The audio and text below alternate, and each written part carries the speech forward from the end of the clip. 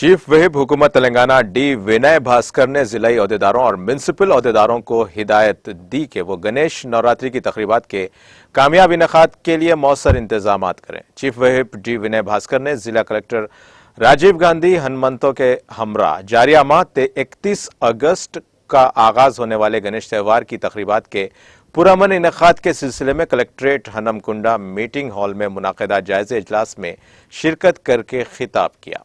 इस मौके पर मुनाकिदा जायजा इजलास से खिताब करते हुए चीफ व्हिप विनय भास्कर ने कहा कि जारिया साल मुनाकिद होने वाले गणेश त्यौहारी तकरीबात को पुरअमन तरीके से मनाने के लिए हुकूमत की जानिब से मौसर इंतजाम किए जा रहे हैं। उन्होंने जिलाई अहदेदारों और म्युनिसिपल अमले को हिदायत दी कि गणेश के कामयाब इनेकाद के लिए बेहतरीन इंतजाम करें।